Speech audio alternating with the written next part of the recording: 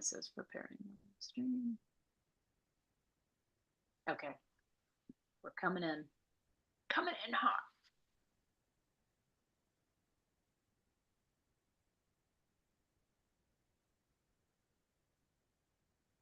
Susan. Hello. Good morning, Bailey. Good morning. Good morning. I think here on the 8th of August, we are live streaming to LinkedIn. Good morning, LinkedIn. Yeah, good afternoon here on the East Coast. I always forget your afternoon. Okay, Yes, well, Susan, I'm going to introduce Susan in a moment, but Susan is dialed in from where in Michigan? Detroit area. Detroit area of Michigan. And I am Cynthia Forstman. I am one of the co-founders of Culture Talk. And I'm dialed in today from Denver, where the weather has done a 180-degree turn. We had some real hot weather out here the past week, but today is cool and rainy. So Mm. enjoying that. If you are new to Culture Talk, new to our live stream program, we come live, maybe once or twice a month to have conversations about the business of culture. And by that, we mean workplace culture. And, for many years, we've talked about culture being something that's valuable. But here at Culture Talk, what we're doing is really looking at how do you make culture valuable? How do you translate it from just an airy fairy vague concept and idea into something tangible that you can mold with intention, you can shape with intention, you can shift with intention, and translate it into a place where human beings thrive. So those are the kinds of conversations we're having here at Culture Talk. And I'm excited today to have Susan Bailey joining me. Susan is one of our certified Culture Talk practitioners. She is also the Senior Vice President of Culture and Well-Being. She's the practice leader at Marsh and McClellan Agency. Welcome, Susan. Thank you very much. It's great to be here. Yeah. And Susan and I share a little bit in our background besides Culture Talk and culture, because we both have master's degrees in health promotion. And I'm Mhm. going to invite Susan in a minute here to share kind of a little bit about your career path, Susan, in terms of how did you make that leap from well-being into culture, from health into culture, kind of what that red thread is. But I will also let you know that Susan's career is 25 years in the making, has extended a number of different industries, manufacturing, healthcare. She is also a certified deep transformational coach. She is certified through SHRM, and I always forget what SPHR is, Susan. You'll have to It's remind the me. other, it's Senior Professional Human Resources. So, yeah. Awesome. But this is my favorite part of the bio you shared. You said Susan is on a mission to elevate the vibe on planet Earth, helping others live high energy, purpose focused lives. So let's elevate the vibe. And I think that's actually a good transition. Today, our whole conversation is really framed around resiliency. And I think there's some connection between elevating the vibe and resiliency. So, Susan, tell me a little bit more. Tell our listeners a little bit more about yourself. Yeah, well, thank you. It's awesome to be here. And I love that the universe brought us together so we could collaborate over these last few years and I could learn from you and And bring that into the work we do. My background, as you shared, health promotion. I did start out as a teacher mhm. for long years in the public school system. And, shout out to any other teachers, current and former. I see you and I know you see me. And so unique and special humans, that's for sure. After realizing that K-12 education wasn't my jam, I did go back for the master's degree to pivot and expand my my knowledge in that space. And I, as you said, worked in a variety of environments, from, different types of workplaces, but also different parts of the industry. I've been boots on the ground in organizations leading well-being and culture strategy work. I've Hmm. been with vendors, national wellness vendors that are helping to, fill that need to organize everything they're doing. And then for the last 8 years, I've been with Marsh McLennan Agency. We are primarily an insurance consultant, advisor, a broker that helps work with organizations around everything from property and casualty to employee benefits. And that's the part of the work that I sit in that space. And, for the first few years I was with the organization, um, we did work. I did work that was focused on organizations that said, we're ready to help our people be well. You know, in would come me, and I would have an opportunity to work with that organization to build strategy around how do you, help the individuals in your organization and others on the health plan be well. And a few years into that, it hit me that we were missing a big part of the equation. And, Hmm. I find it just sort of, sometimes it takes time for it to all come together. And that sometimes Yeah. it takes time to realize you need to work on culture. In this case, it was the revelation of, we're giving all this support to individuals, but we're forgetting that the culture surrounding the individuals influences their well-being too. And so that's how I became the culture and well-being practice leader, Yeah. because we decided to expand our work to focus on the big picture and the individual elements. Oh, I love that. One of the tenets we have at Culture Talk is that it's a two-sided equation, right? Hmm. And it does have to do with the individual leaders, the individual contributors. Who are they? What energy do they bring to the party? Because that is influencing the shared cultural experience. But on the flip side of that equation, there is the idea that the system itself, the organization as a system, as a whole, is also influencing what's allowed in the culture Mm-hmm. and how you're allowed to show up. And so there's sort of this dance we do between what we naturally bring and what's allowed, that impacts how we feel. And we've had a couple conversations here on Culture Talk over the last month, about how we feel at work being a pivotal element of wellness, engagement. And today I want to talk about resilience, right? Like, Mm-hmm. what's that connection? Because I know you've got a big speaking circuit coming up, and we'll Mm-hmm. share out your post, Susan, about some of the places people can come hear more from you. But when you and I were chatting, you said, like, I'm really talking resilience right now. So let's talk about how does culture and wellness and resilience all fit together, and how do you see this individuals and systems work playing out Mm, in yeah. organizations? Yeah, it's interesting. When sitting down last fall, reflecting on and imagining what the future held, 2024, my future predictions.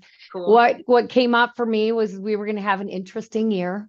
Um, like I Looks don't that need to way. list all the things that are going on the planet.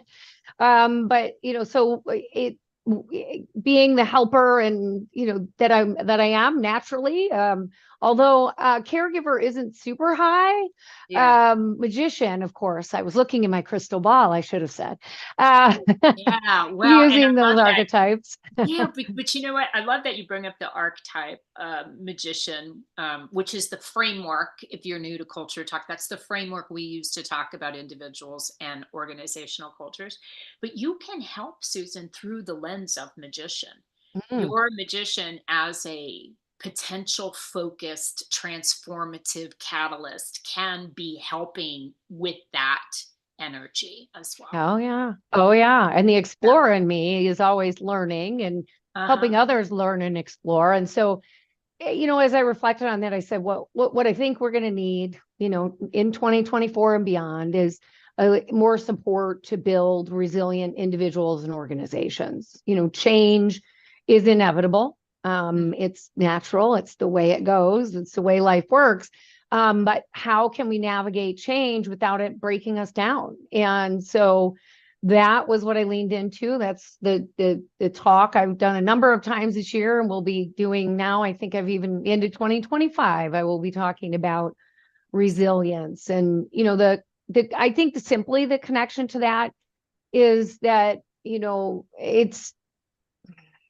it requires a bit of a shift for folks as we think, especially organizational leaders, as we think about the reality of it. I think for years, the idea was that, it's really up to the individual to make their choices and do the things they need to do. And Stay if they healthy. could, right, just do better and it'll be fine. And I've given you all these resources, do better, it'll be fine. And, the reality is, if, as you hit upon the top of it, is, culture is everything. And if the way I'm working, if the workspace I'm working in, if the people I work with, if the choices they make and the way they show up, their norms, their behaviors are different from mine, I may choose consciously or subconsciously to not be myself and not show up fully as myself and not take care of myself, because other forces, usually subconscious, are fighting Yeah. against me to make those decisions. And so really, I'm on a mission to sort of elevate awareness of what Yeah. influences resilience and how can we, why should we care?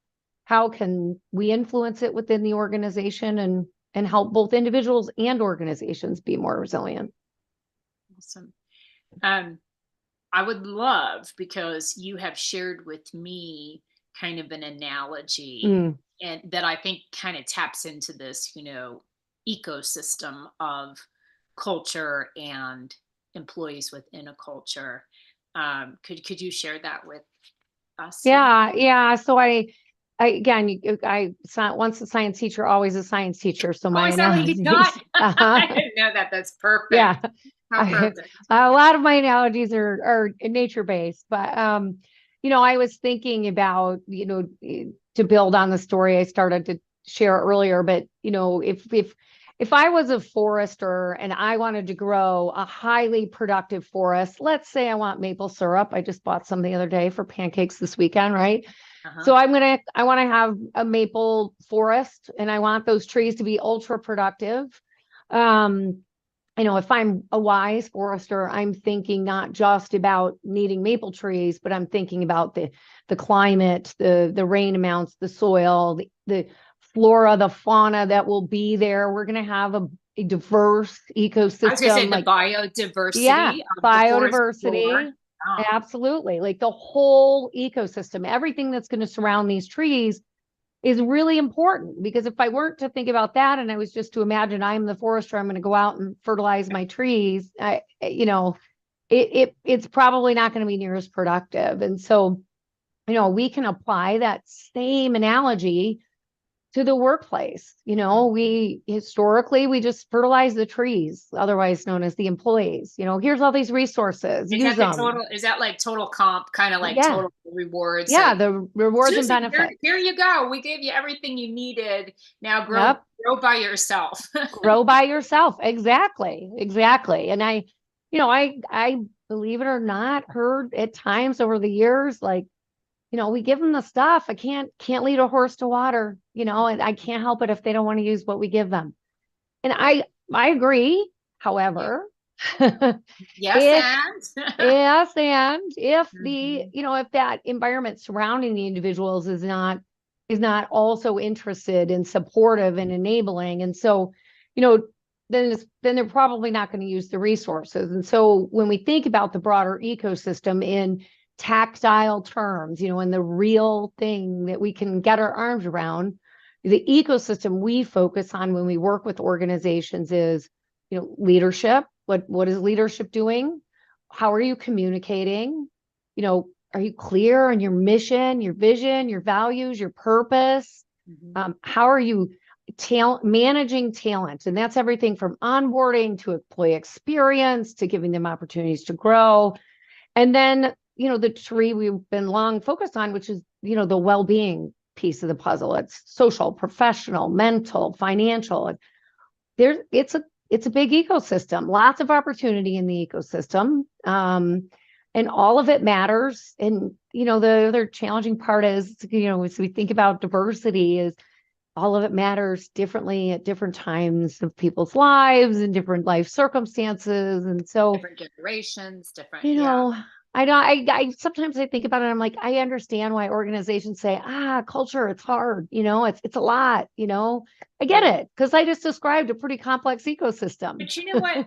I love so many things about this. One is I love that I'm seeing other kind of big complex challenges where organizations are leaning into nature as a model.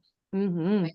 What happens in nature? We're seeing that in some of the green initiatives and climate saving initiatives. Like, how does nature do this? How does it naturally recycle? How does it naturally thrive?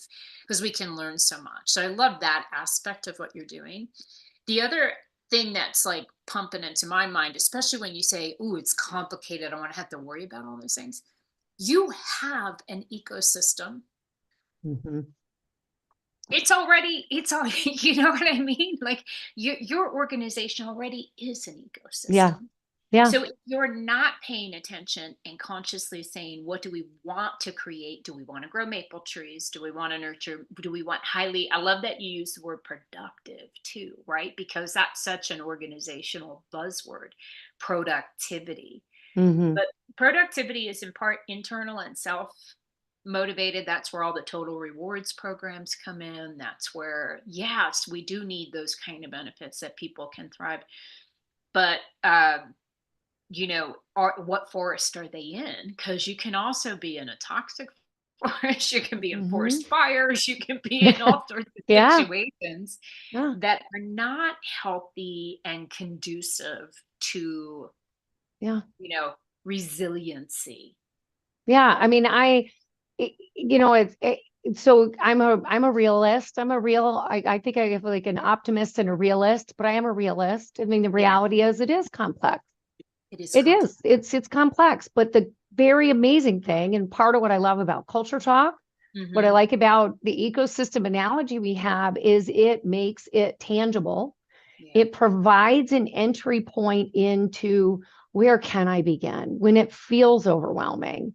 right. We work with organizations, where we're, let's pick a piece of the puzzle. You may not be able to get it all, and often organizations are doing more than they realize, but Yeah. there's also some opportunities to maybe enhance and evolve some of the other areas of their culture. And that's the fun part about looking from the outside in, because I am not in it. I can't see it the way they see it. It hasn't grown on me yet.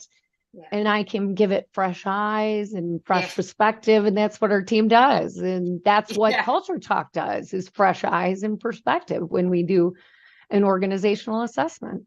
Yeah. It's and I would love to talk through some of the work you're doing in that area, but I sometimes say, consultants bring to the party kind of like, how do these jeans look on me? You know what I mean? Like, it's hard for us to see if you're in an organization that, oh, actually, you have a lot working for you, Hmm.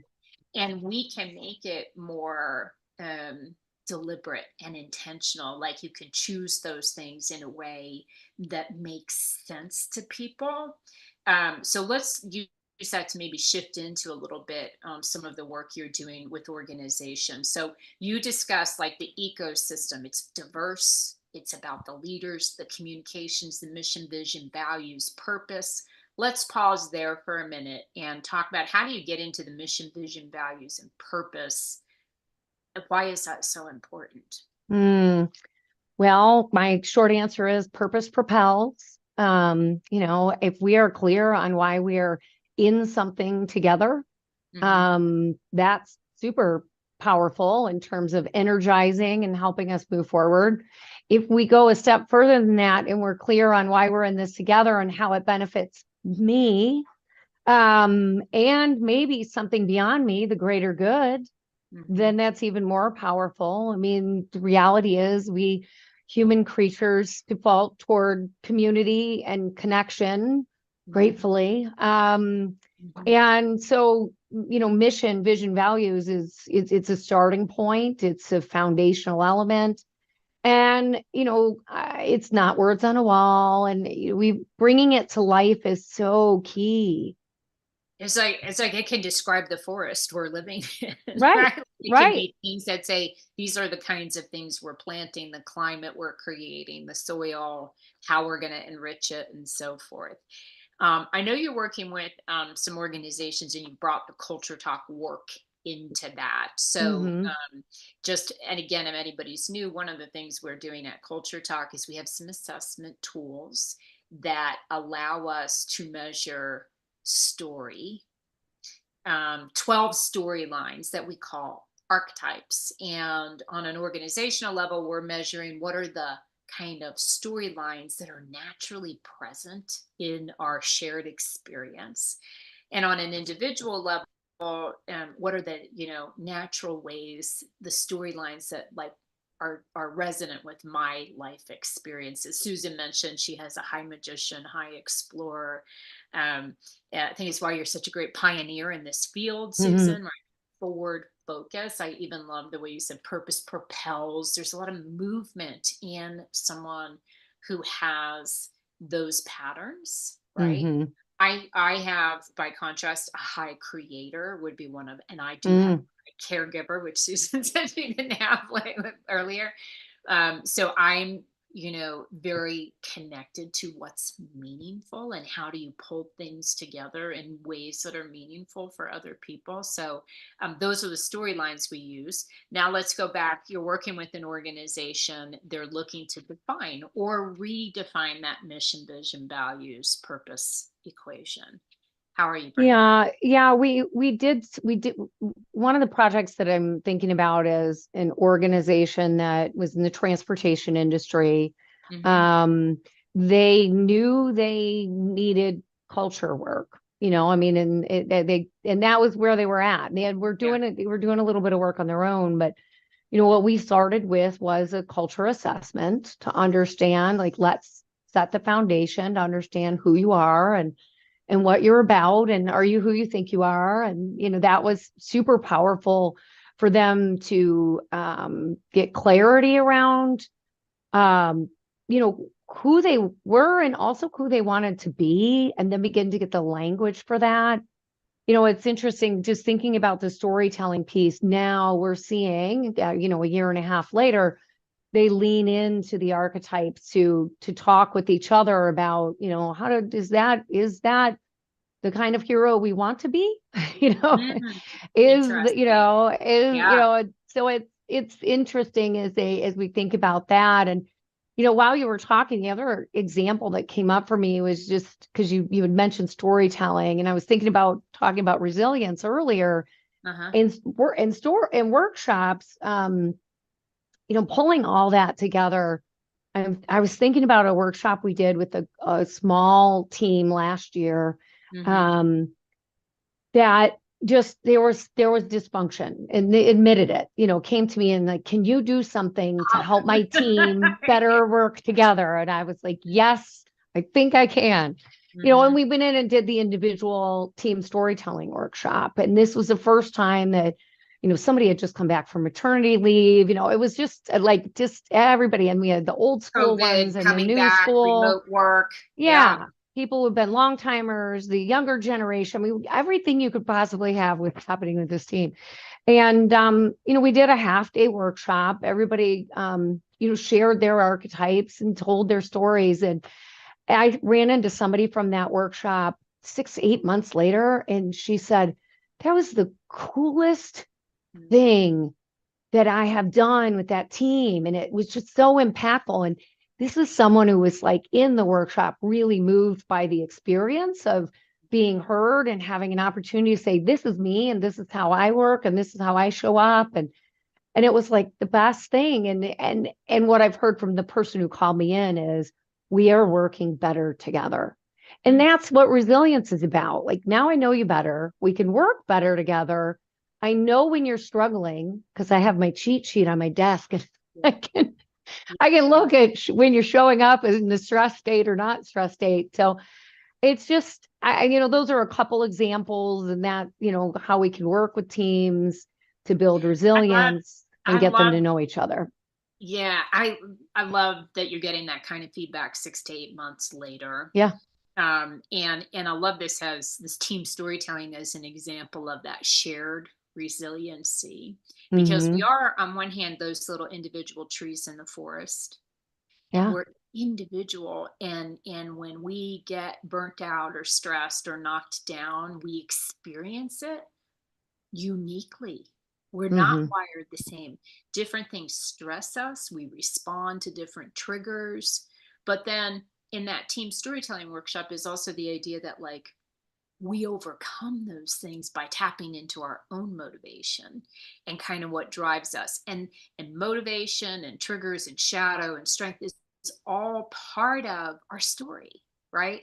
So I'll give you an example. When I have a high creator, I mentioned, like, creator, what's stressful to me in an environment where things are moving fast is the pressure to be creative under pressure. You Oh, know what I mean? Like ironic. the speed, the speed, because sometimes I need more time for things to stew, right? So, like, Hmm. that could be a real trigger for me.